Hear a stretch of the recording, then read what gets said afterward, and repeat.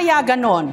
Kung kailan bumubuhos ang ulan, tsaka naman parang masarap kumain ng masabaw.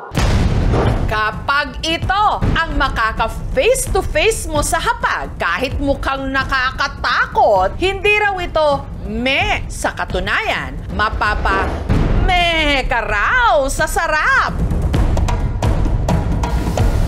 May lakas ka bang tikman ang best seller sa kambingang ito sa hain sa Nueva Ecija? Ang sinampalukang ulo ng kambing. Sa mga Ilocano, inalsaman. Yan po yung binabalik-balikan sa amin. Gaaway-away sila pag naubos yun. Nilinis muna ng mabuti ang ulo ng kambing. Sa isang malaking kawali, naggisa ng luya, sibuyas at ang ulo ng kambing.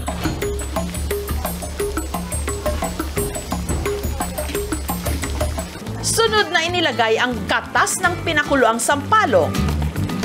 Para po sumalab yung asin. Sikretong pampalasa raw ni Vangie. Sili, broth o ang pinaglagaan. At ang hilaw na mangga. At para mas lumambot, isinalang pa ito sa pressure cooker.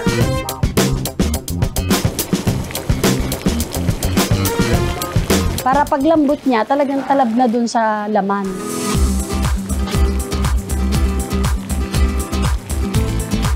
Kada serving, 400 to 500 pesos, depende sa laki. Ayon kay Vangie, hindi katulad ng ibang parte ng kambing, ang ulo hindi hamak na mas malambot at malasa. Dahil sa mata at utak nito. Malinamnam, parang luwasan ng balot. Ang kinakarne nilang mga kambing, dinideliver pa mula Masbate. Tuwing ikalawang linggo po, 60 pieces ang dinideliver sa amin. Kada araw, 5 kambing ang pinapakatay ni Vangie. Ang laman nito, lulutuin sa iba pang kambing dishes. Meron po kaming kaldaretang kambing, adobo, bopis. Habang ang ulo, kung hindi ginagawang sinampalukan, masarap din daw na papaitan. Naghahalo yung asim, saka yung anghang, saka yung linamnam. Sobrang the best. Napakasarap. Medyo malambot siya na makakunat na mabilis naman siyang kainin.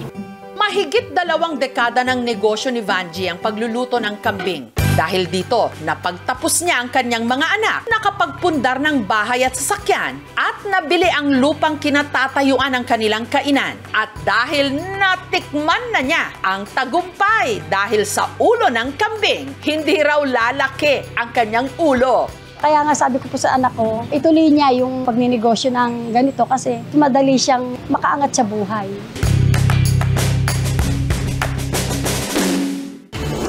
Pagdating sa pasarapan ng sabaw, ang pambato naman ng mga tigapako sa Maynila, kaya raw lumaban head to head. Ang main ingredient, ulo ng baboy. Ang tawag nila rito, bulalong ulo ng baboy. Yun ang mga tawag sa mga customer ko, bulalong baboy ron. Di, siguro bulalong baboy na rin. Alas 4 pa lang ng umaga, idinideliver na sa pwesto ni Lakay sa isang parking lot sa Paz Street ang mga in-order niyang ulo ng baboy.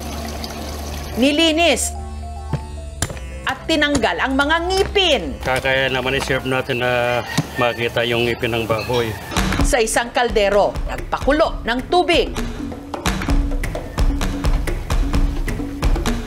Inilagay ang mga pampalasa. Nung kumulo, inilagay na ang hinugasang ulo ng baboy.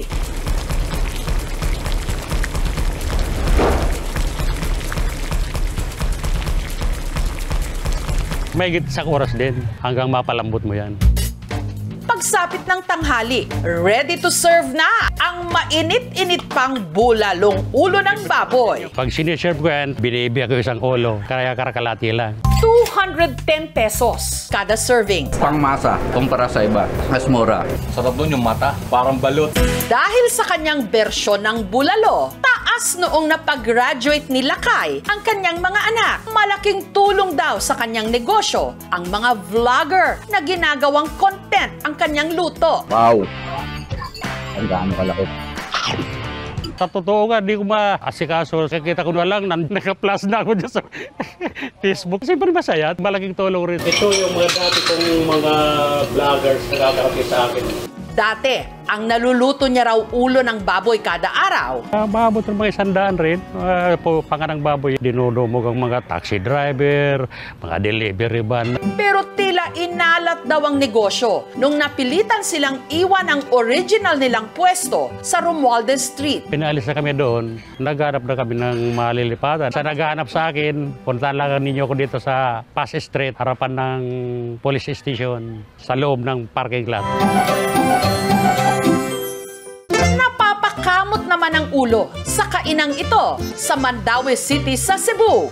Ganito kasi kalaki ang kanilang serving ng sinabawang ulo ng isda. Ang sabaw, only 1 tusawa sa halagang 80 to 200 pesos lang. Something's fishy? Wala. Galante lang daw talaga ang nilarang na ulo ng Blue Marlin ni Marivic. Katunayan, sa laki ng isineserve nilang ulo ng Blue Marlin, hiwalay ang pinaglulutuan nitong kaldero sa laman ng isda. Kada araw, 300 kilos ng Blue Marlin ang ibinabagsak dito sa pwesto ni na Marivic.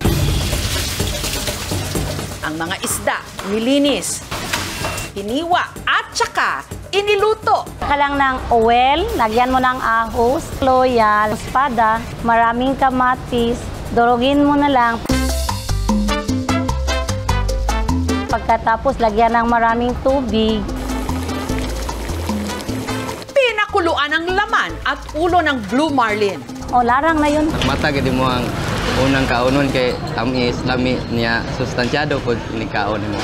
Taong 2009, sinimulan daw ni Marivic ang kanyang negosyo sa isang sidewalk sa Mandaue. Ang kanyang panimulang puhunan, 30,000 pesos. Yung 30,000, lahat na po sa gamit, sa pangbili ng mga matitinda. Fast forward to 2024, ang negosyong nagsimula lang sa sidewalk, meron ng 3 branches ngayon. Pagduhan ako katuig, diri nagtrabaho sa Will and Bake. Dari mo ko na punguhan o buhay sa akong mga pamilya.